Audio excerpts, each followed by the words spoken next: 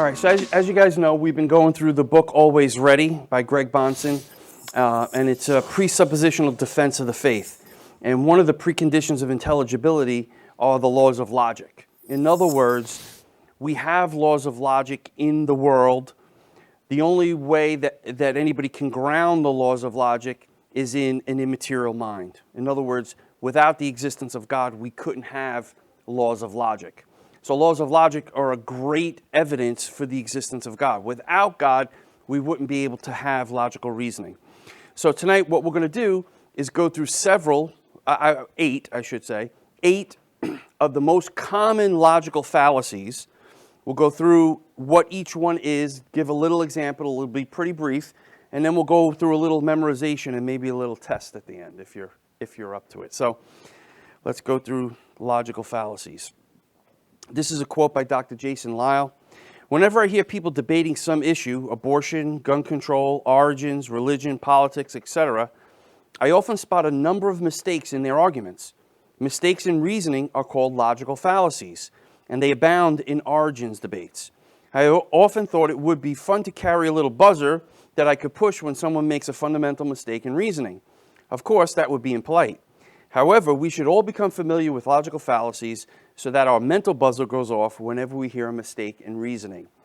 Now, everything that you see tonight is going to be pulled from Dr. Lisle's books, okay? And I'll show you the books at the end. You can get them. They're excellent. He does a lot of debates on evolution. So when he talks about origins, he's talking about people who don't believe in young earth creation, who believe in evolution. He's constantly involved in debates like that. And in those debates, the scientists or the person he's debating make logical errors in their thinking all the time. So what he's going to do is show us the most common ones, and he does a great job of going through it simply. So we're going to hit them, each one briefly. We're not going to be able to spend too much time. So logic is the study of correct and incorrect reasoning and has become a lost skill in our culture. That's why one of the things in a classical Christian school they do is specifically teach logic classes to teach the kids how to think and how to spot logical errors so that when somebody's trying to hoist their position on you, you could spot their logical error and say, no, this is why that's wrong, okay? Our mission, biblically, we are supposed to argue in this way. We are to provide a reasoned, a logical defense, an argument for the Christian faith with gentleness and respect, right? If you're not going to use logic, at least use gentleness and respect. But let's get all three down. Logic involves the use of arguments. And when some people think of arguments, they think of an emotionally charged exchange, like a yelling match. But that's not what's meant in this particular instance. An argument is a chain of statements, propositions, in which the truth of one is asserted on the basis of the other, right? So usually we'll have something says that Socrates is a man, all men are mortal, therefore Socrates is mortal, right? Proposition, conclusion. Now, we would test the argument to see if it's valid and sound. If it's valid and sound, then it would be a valid argument, which couldn't be refuted. Sadly, detractors often commit logical fallacies, and it's important that Christians learn to identify and refute such faulty reasoning, as well as not use faulty reasoning when we're putting our position in front of someone else, arguing for it.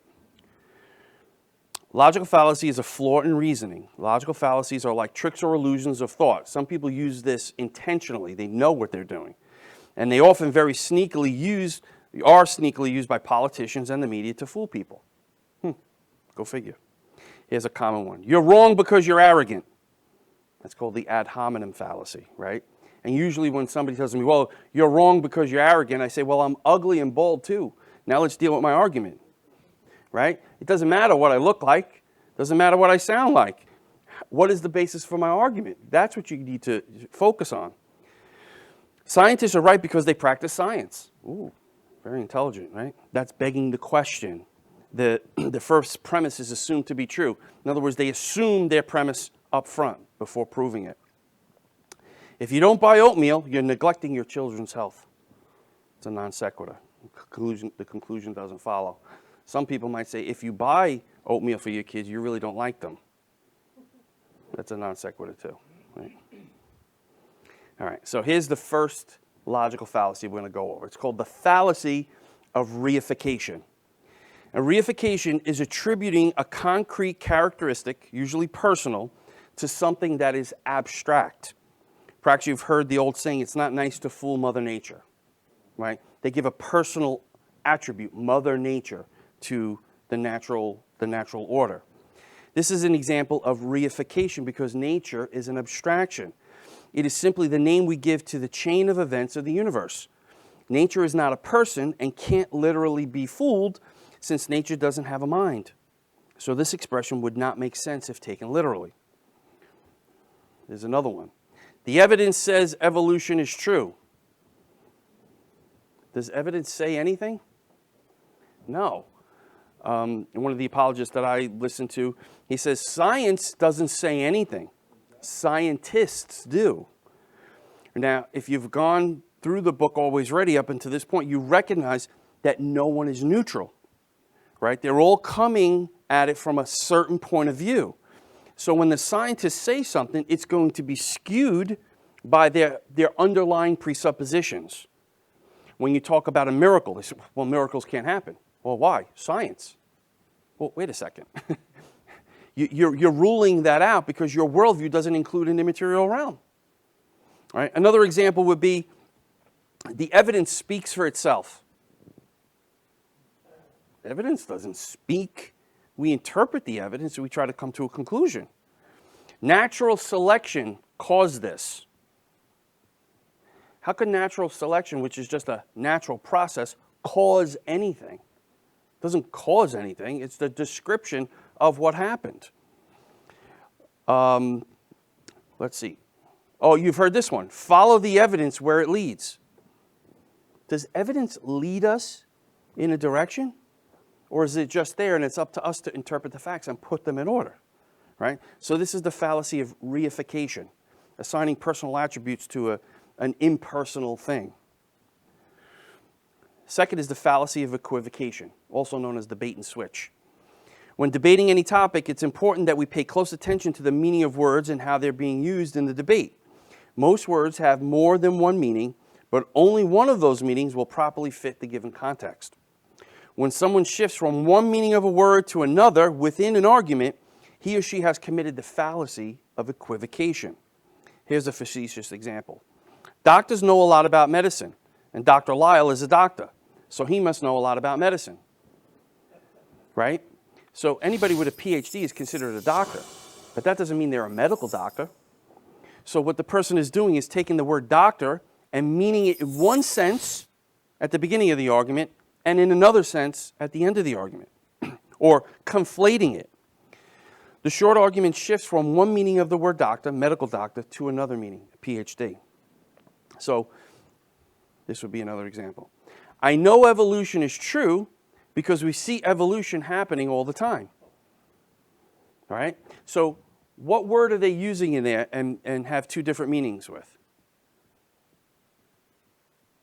Someone? Evolution, right? We know evolution is true, and what they mean by evolution is macroevolution. Large-scale changes over time. Because we see evolution happening all the time.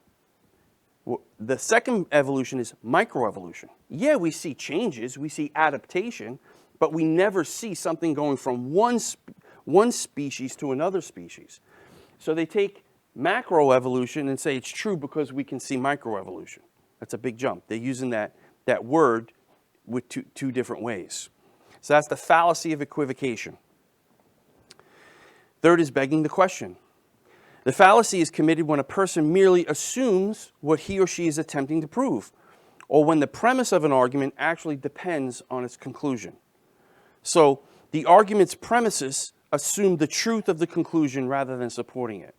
So you're basically baking your answer in the question or in the statement without proving it. Here's a good example. I believe in alien spaceships. How else could aliens get here?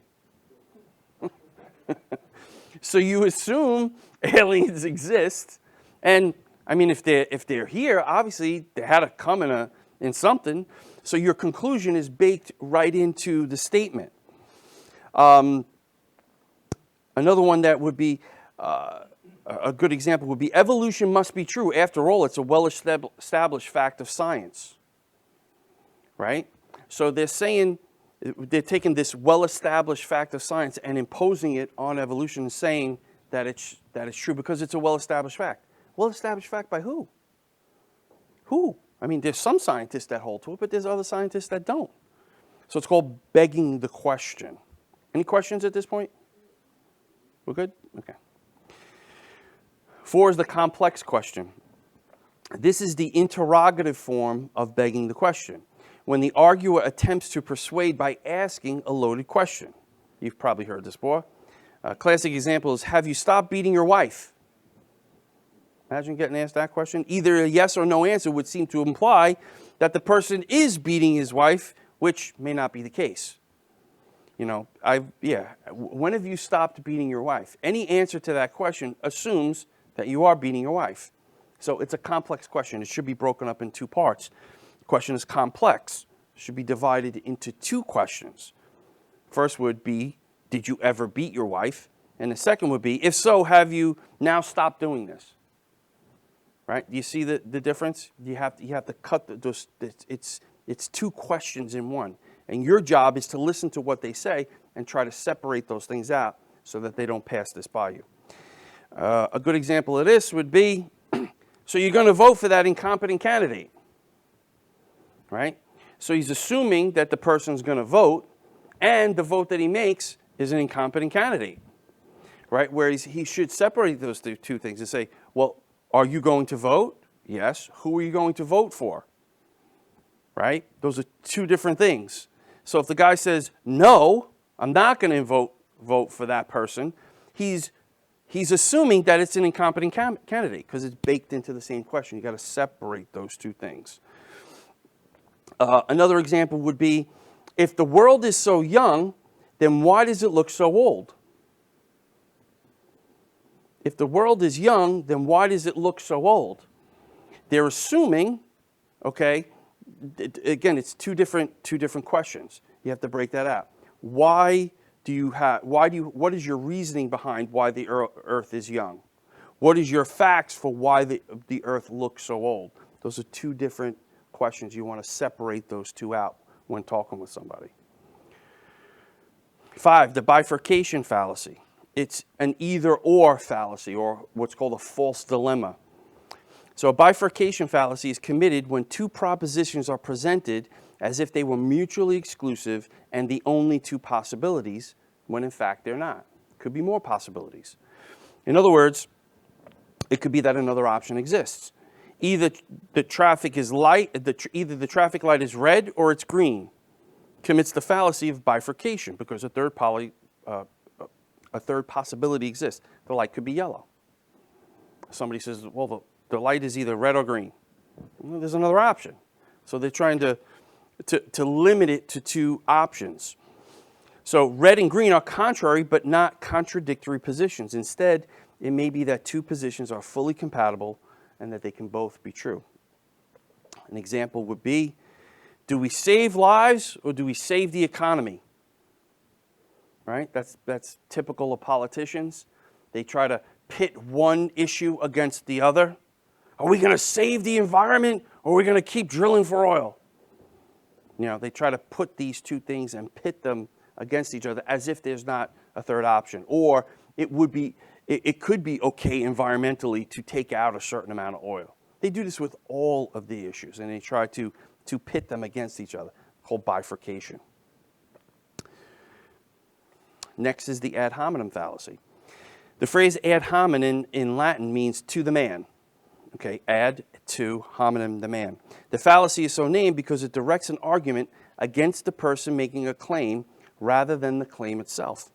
The critic hopes that people will reject his opponent's claim simply on the basis that there is something objectionable about the person making the claim. So they're not objecting to the actual claim itself. They're attacking the person making the claim. And we get this all the time. Like if we say, well, we believe the earth is young. Oh, he's a Christian, right? They try to attack the person. Oh, he's one of those those Looney Tune creationists, right? Rather than addressing the argument, he tries to tear down the man. Again, another example. You cannot honestly accept John's claims about politics because he can't even find a job. So what's the person doing? He's attacking the man's ability to get a job and saying that that disqualifies him from making a logical statement. However, John's inability to find employment is logically irrelevant to the political claim he's making. Okay? Here's a good example. That can't be true because you're an idiot. Right? Unfortunately, we're laughing, but this happens routinely in debates, right? You're making an attack on the man, or they'll attack their credentials rather than the argument. So if I have a PhD and the other person doesn't, I'll just, you can come out and say, that guy doesn't even have a bachelor's degree. Well, that might be true, but is that attacking his argument, or is that attacking him and his understanding, right? Him as a person. I mean, you don't need a bachelor's degree in order to come to a conclusion scientifically, right? No. So again, that's trying to tear the man down so that it would stain his argument. So another ad hominem fallacy would be, oh no, I'm not going to do that. Sorry. 7, faulty appeal to authority. The faulty appeal to authority is, in a way, the opposite of the ad hominem fallacy. Whereas the ad hominem fallacy denies a claim based on the person making it, oh, they're not smart enough or whatever to make the claim, the faulty appeal to authority endorses a claim simply based on the person making it and their degree or their whatever characteristic it is that they have. Essentially, the faulty appeal to authority is the argument that a claim is true simply because someone else believes it. So the basic structure of the argument is this. Bill believes this, therefore X is true. That happens in a lot of churches that have a cult following, right? You'll have a strong leader, right, who teaches them something, and you'll ask the person, well, why do you believe this? Well, Pastor so-and-so believes it. As if that means it's right. Right? That's not making an argument. That's a faulty appeal to authority. Just because someone who's smart or in authority believes something doesn't necessarily mean that the argument is true. Right? We need to recognize that. You need to spot that when you're going back and forth with somebody, even if it's on the street. Right? Whether it's in a public setting, on the street, wherever it is, even at the dinner table, talking with family. Well, so-and-so believes this. It's like, so what? As of late, it's like, well, Joe Rogan believes it. Yeah, and? What does that mean? That could be bad, right? So, of course, it's almost never stated this explicitly. Often the person to whom the appeal is made is considered highly esteemed for one reason or another, but the truthfulness of the claim at issue is not necessarily relevant to the popularity of the individual making the claim. And you've seen stuff like this before. More doctors smoke Camels than any other cigarette. All right? This is an actual ad, right? So what they're saying is, well, but the doctor smokes it. So if he smokes it and he's in the know, I mean, he's a doctor, then it should be okay to smoke that cigarette, right?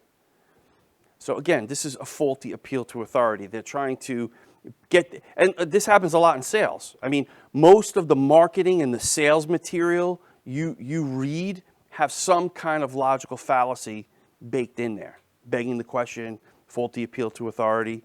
4 out of 5 dentists say, have this particular gum. Sure, exactly. Yeah, exactly. So-and-so, this particular movie star drives this car. Okay, so? Faulty appeal to authority. Another faulty appeal to authority is, if creation is true, then why do the vast majority of scientists believe in evolution? All right, it's a faulty appeal to authority. Why do the vast majority of... So just because it's a majority means that your argument is valid? That's not always true. And again, when you're arguing with somebody and they're going back and forth with you and they throw these things out, you have to be quick enough to listen to what they say, recognize that that's a fallacy, and it really has a lot of weight if you know the name of the fallacy and you can say it back to them. That's a faulty appeal to authority fallacy, or the fallacy of faulty appeal to authority. And all of a sudden, everybody in the room is like, oh, this guy knows what he's talking about.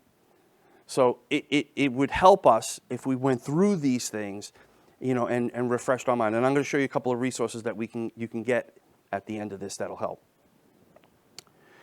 8, the straw man fallacy. This happens all too many times.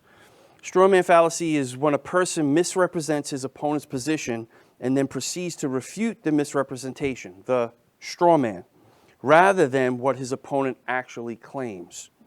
Sometimes evolutionists will say something along these lines. Creationists do not believe that animals change, but clearly animals do change, so creationists are mistaken. Now, what's wrong with that argument? Bingo. All right, how is it wrong?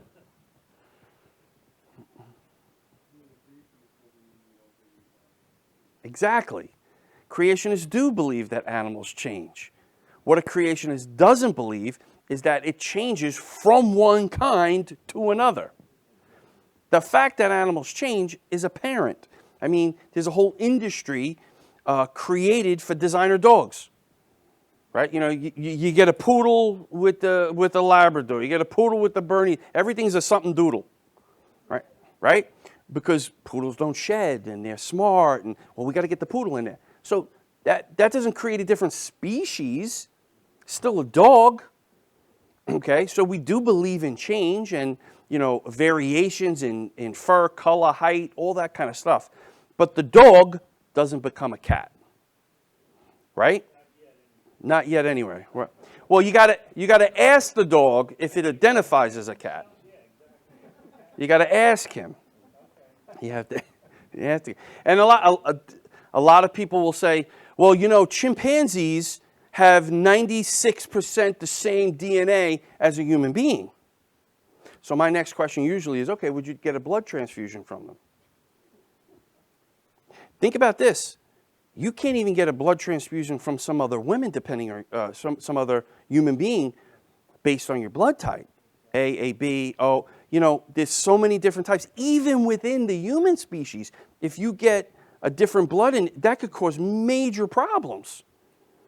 Right? So just because something has 96% the same DNA doesn't mean has a common, they share a common ancestor. What I would say is, well, you say they share a common ancestor, I say they share a common creator. Right? So since creationists do believe that animals change, just not from one basic created kind to another, the argument is a straw man fallacy. The straw man does not refute what creationists actually claim. It may be unintentional, or it could be that a particular evolutionist simply misunderstands what a creationist is teaching.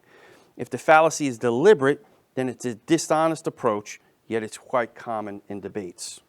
Here's an example. They're flat earthers. They don't believe in science. They don't believe in change. If only these creationists had a brain. Right? Now, as Christians, what is one of the biggest straw men that people hit us with, especially from, I'll give you a hint, Jehovah's Witnesses? What's their straw man argument against Christianity? What do we believe in that they don't? Okay. Say again? That there's only, well, they believe that there's only one God. Right, but that Jesus is God. Right, and what will they say about, what do we call, what's the nature of the God we believe in? Triune. You believe in three gods. Father, Son, and Holy Spirit. The Father's God, the Holy Spirit's God, Jesus is God. That's three gods. Now, is that what we believe? No. No, we believe in one God in three persons, right? One essence, one being, and three subsistences. So they look at us and they say, you believe in three gods. That's a straw man. Okay? So they represent your view this way, you believe in 3 gods, and then they knock it down. See how easy that was? And that's what you have to be careful with. Now, for us, I think our issue goes the opposite way. We sometimes straw man their position. And what we have to do is what's called the opposite. It's called steel manning their position. Actually learn their position the way they understand their position. And make sure you get it right. Because you don't want to be caught in a position where this person says, I don't even believe that. That's not even my position. Here's what my position is. Now, you went through this whole thing of erecting a false understanding of their position. You knocked it down. The guy's like, that's not what I hold to. So you want to make sure you steel man their argument. You get it right. So basically it goes like this. This is how to do a straw man fallacy. First, you ignore the real argument. You create a pretend argument, the straw man. You defeat the pretend argument, and you claim victory over the real argument. And then you do a victory dance. See? Our position is better because I just annihilated your whole position. Meanwhile, unfortunately, that wasn't their position to begin with. Okay? All right, let's keep going. That's the last one. All right, so we have complex question, reification, ad hominem, bifurcation, begging the question, faulty appeal to authority, equivocation, and straw man. All right? You think we can memorize them? Now, you guys know, some of you know what's coming, right?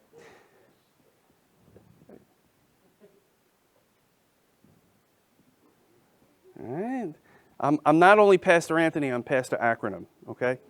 So this is the way I memorize things, right? So we're going to go through Crabfest.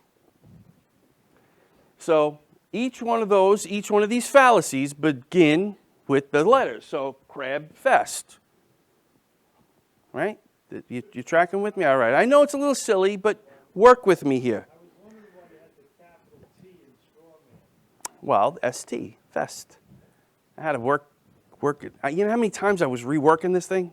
This is the best I could come up with, Crabfest. You'll remember it. You'll remember it. All right, so you guys ready? You want to go through them again? Complex question, reification, ad hominem, bifurcation, begging the question, faulty appeal to authority, equivocation, straw man. Who wants to take a shot? C, complex question. R, reification. A, ad hominem. B, bifurcation. And begging the question. 2 B's. Good job, right? Fest. F, faulty appeal to authority. E, equivocation. ST, straw man. Excellent. Okay. So you want to do them one more time? Anybody want to take another shot? Give you another look? Just in case. These are all staring at the crab, aren't you? I can't get anybody's attention. This is a bad idea. But you're not going to forget Crabfest. What's C? R? E? No, A? C? Just trying to catch it, keeping you on your toes. A? C, R, A. B? B? F? E? S, T. Strawman, okay. All right, let's practice what we learned. And I'll even give you the little acronym up there so you know what's coming. All right, so we'll throw out a statement and you guys try to figure out what logical fallacy it commits. You want an example of evolution? You're speaking to one. Ad hominem. That's begging the question. Why? You're looking at one, right? He assumes evolution and says, look, I'm an example, right? He didn't prove it. It's baked right into the question. So that people are an example of evolution is the very claim that he's trying to make. That's what's at issue. The person merely asserts evolution as his defense of evolution, okay? Statement. Evolution is a scientific fact. Virtually all the top scientists believe it. Say it again, loud. Faulty appeal to authority, right? All the top scientists. Faulty appeal to authority. The fact that some scientists believe something doesn't necessarily make it so. In fact, right now there's a document called Dissent from Darwinism, right? And it's signed by a ton of top scientists. Some of them are at Stony Brook University. And what they're saying is they don't hold to evolution based on the Darwinian model, that one species turns into another species. Okay? They do believe in microevolution, that's observable, but macroevolution is not observable. Did you have a question? I mean, I think you can say that even if all of the top scientists were there, it still, would be a false appeal to authority. Sure. Absolutely. You could say that, for sure. Evolution is not an unguided process. Rather, evolution is guided by natural selection. Nature selects individuals that are most fit, thus driving the process forward. Oh boy, yeah, good job, Callista. Fallacy of reification. Natural selection or nature is conceptual and does not actually guide anything. Again, they're given personal characteristics to evolution. Natural selection. Natural selection doesn't guide anything, right? In order to guide something, you need a mind behind it, pushing it in a certain direction where you want it to go. If there's no mind behind it, well then how could you possibly assign personal attributes to that? Good job. And this takes practice in going over. Even as I've gone through these, when I look at the statement, I have to process this. It's not something that just comes naturally, although we really do need to go over these things a little bit more. And again, I'll show you some resources at the end that we can look at. Either you live by faith or you have rational reasons for what you believe. Bifurcation. Why?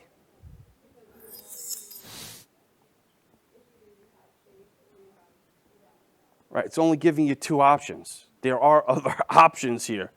We can have faith and have rational reasons for what we believe. You can hold to both of those things. That's not contradictory, exactly. Okay. Creationists take the Bible literally. They must believe the earth has corners and pillars. How absurd. All right, straw man, right? Or equivocation. Creationists do not take the Bible in a wooden, literal sense. We do allow for figures of speech and poetic language in those parts of the Bible that are written that way. Like Pastor's famous example 2 weeks ago where the palm trees are clapping their hands. And what did he say? What was his pun? He came up. Palm trees, right. He said the trees are, yeah, I blew it. All right. I'm sure he's disappointed. It's a scientific fact that bacteria have evolved resistance to various antibiotics, so creationists are wrong to say that evolution has not been observed.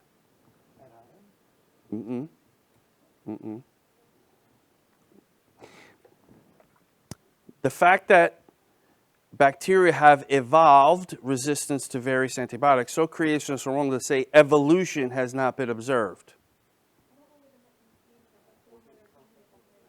Exactly, there you go. It's called equivocation. Again, they're using the same word, but two different meanings. The fact that bacteria evolved, right? Bacteria does evolve, it changes, right? But then they apply that to evolution, meaning macroevolution, large change over time. So Thomas Morgan Hunt did an experiment with fruit flies. And he had like thousands of fruit flies in this glass tank. And because they reproduced so fast, they went through something like 8,000 generations, right? So they can observe what the first generation was, and then after 8,000 times multiplying, they could observe what the last generation was. And at the end, there was 3 different types of fruit flies. Normal fruit flies, mutant fruit flies, and dead fruit flies. The bottom line is this: after 8,000 generations, they were still fruit flies. Now, some of them changed in the sense that one had an extra wing, okay, or some kind of deficiency, but it didn't change into a different animal. It didn't start a fruit fly and end up a butterfly, right? They were fruit flies. Didn't end that way, right? It didn't change, I should say. Okay, we're getting close to the end. You're really stupid if you believe in creation. Well, I was like, ad hominem. I heard that one the other day. You get it? Anyway. All right, so it's ad hominem. The argument is directed at the person, not the claim. If Genesis is true, then why is there so much evidence for an old earth? Say it again. Complex question, right? So if Genesis is true, the question is Genesis true? And then the next question would be, well, why do we see, evidence for an old earth? They're trying to combine these two things together. Sometimes this is difficult to spot, especially on the fly. You want to go over these things, in your mind several times before and listen to other arguments and try to spot them as they happen. So this question should be divided. Is there much evidence for an old earth? If so, how can Genesis be true? But the biblical creationists would answer no to the first question, so the second question is not meaningful, right? There isn't much evidence from an old earth if you know the science behind it, okay? Evolution has designed some amazing creatures.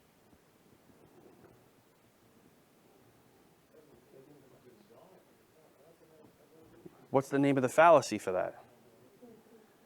Say again? No. Reification. Evolution is a concept, and as such, it cannot design anything, right? Evolution doesn't design anything. Obviously, persons with a mind design things. So when you start attributing that to a non-personal thing, reification. Okay, questions?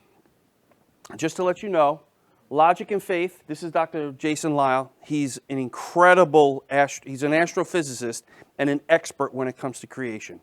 Genesis is his thing. In fact, he used to be part of Answers in Genesis, and he worked with the Ark Encounter and stuff like that. He's always debating evolutionists and even some Christians who are old age Christians. Not that they're old, but they believe in an old creation. So you can find all of his stuff online. He's got a bunch of books. Logic and Faith is a little $5 book that you can get online. It has all the fallacies in there and then a little test with questions. If you want to spend more money, the book Discerning Truth, Logic and Faith actually was taken out of that book, right? So he took an excerpt out and made it smaller just if you want to know logic.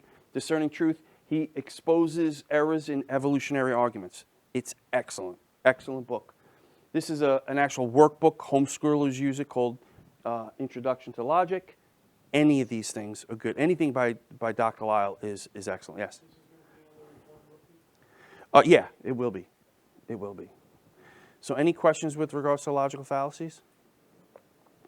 You see how it's important if you can spot these things, you can stop somebody in their tracks, right?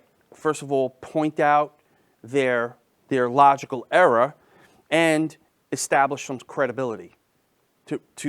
To know reification when somebody says, well, the evidence says this. That's a logical fallacy. That's reification. You're assigning personal attributes to something that's not personal. Right? You're going to stop them in their tracks, and especially if there's people around and they hear you, speaking like this, they'll be like, that guy knows what he's talking about. So again, as Christians, we need to study. We need to know these things.